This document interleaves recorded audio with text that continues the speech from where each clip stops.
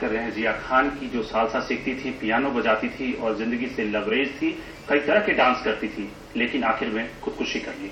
हमारे साथ दो मेहमान बने हुए हैं। नलिन, जैसा हम बात कर रहे थे कि दो तरह के लोग होते हैं, एक जो जिंदगी को प्लान करते हैं और एक जिंदगी को अनप्लान करते हैं, अनप्लान वे में चलते हैं। और बहुत सारे ऐसे प्रोफेशन भी हैं जो कि बहुत प्लानिंग के साथ नहीं चलती, जिसमें बॉलीवुड है, फैशन इंडस्ट्री है, मीडिया इंडस्ट्री है, जो बहुत प्लानिंग के साथ नहीं चलती है। तो वैसे में आपको क्या लगता है कि कैसे उस वोलेटाइल प्रोफेशन में अपने को प्लान करके चला जाए? फाइनेंशियल मैं नवाजुद्दीन की कहानी बताता हूं कि नवाजुद्दीन जो बार बार ये कहते हैं 16 साल तक उन्होंने स्ट्रगल किया। गांव वालों ने कह दिया कि भाई ये हीरो नहीं बनेगा, मां कहने लगी कि बेटा तुम कुछ और कर लो, लेकिन उस व्यक्ति में जज्बा था और उसको लगता था कि मैं हीरो बनूंगा और वो संघर्ष करता रहा। तो इस तरह की प्रोफेशन में कैसे अपने को प्लान किया जाए?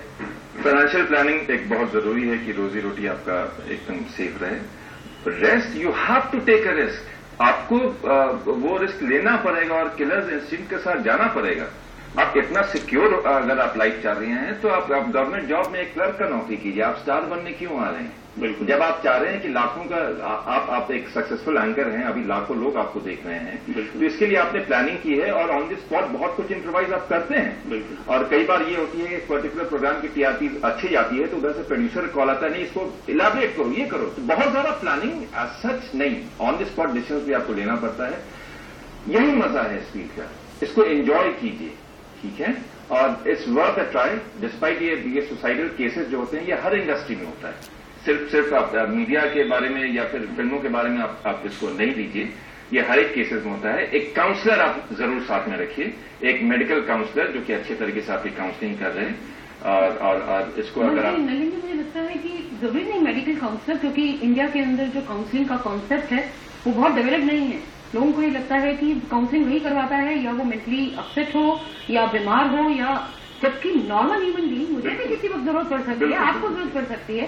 ये concept going to professional counsellor, मुझे लगता है कोई दोस्त, कोई फैमिली मेंबर, कोई ऐसा व्यक्ति कोई भी काउंसलर हो सकता है, जिससे आप अपने दिल की बात बोल सकते हैं। आप समुद्र के किनारे चले जाएं और अपनी भड़ास निकाल दें। बिल्कुल भड़ास निकाल दें। अब जैसे आप प्लानिंग की बात कर रहे थे, मैं खुद एक एसोसिएट प्रोफेसर हूँ। कल को मैं रिटायर होती हूँ, मेरी जॉब में आज मुझे मनी मिल रहा है, कल को अगर मैं प्लान करके नहीं चलती हूँ, जिस दिन मैं रिटायर होती हूँ अगले दिन मैं सुसाइड कमिट कर लूंगी, क्योंकि मेरे खर्चे, मेरा सारा जो तामझाम है वो नहीं कर पाऊंगी। But then we have to plan. और ग्लैमर वर्ल्ड के अंदर तो जो एक ग्लैमर के लिए क्रेज है, one has to mentally prepare कि ये ग्लैमर हर वक्त नहीं होगा। लोग मुझे आज भी पुराने एक्टर, जब हम बॉम्बे जाते हैं, कहीं जाते हैं तो रुपेश कुमार जी नजर आते हैं तो हम सभी कहते हैं ओह रुपेश कुमार, पहचानेंगे लोग आपको, जानेंगे लोग आपको, लेकिन उस तरह का हाइप नहीं मिलेगा। और कई बार इंडस्ट्री में ड्रग्स, अल्कोहल, ये भी कई वजह होती है साइकोलॉजिकल डिसबैलेंस होने के लिए। रातों रात में हमें काम करना पड़ता है, दिन में काम का प्रेशर इतना ज्यादा है, वो रहता है। जैसे फजील खान वगैरह कोई ये पकड़े गए थे हीरोइन और कोकेन के इन सब मामलों में, ये प्रेशर इंडस्ट्री है। लेकिन जरूरत है इनको, इसको पहले जानने के लिए कि इतना प्रेशर मैं ले पाता हूं और उसी हिसाब से उतना ही काम को मैं उठाऊं। और उसमें प्लानिंग की डेफिनेटली जरूरत है, क्योंकि the moment you started smoking cigarettes, या आपने शराब का सेवन किया या आपने ड्रग्स लेना स्टार्ट किया है, वहां से ये सिंबल्स ऑफ डिसबैलेंस आपका शो करना स्टार्ट हो जाता है। चलिए नलिन रंजन, आपका बहुत बहुत शुक्रिया, और पुष्पिंदर जी आपका भी बहुत बहुत शुक्रिया। लेकिन ये सवाल सबके जेहन में रहेगा कि ख्वाबों की नगरी में एक ख्वाब की कीमत जिंदगी तो नहीं।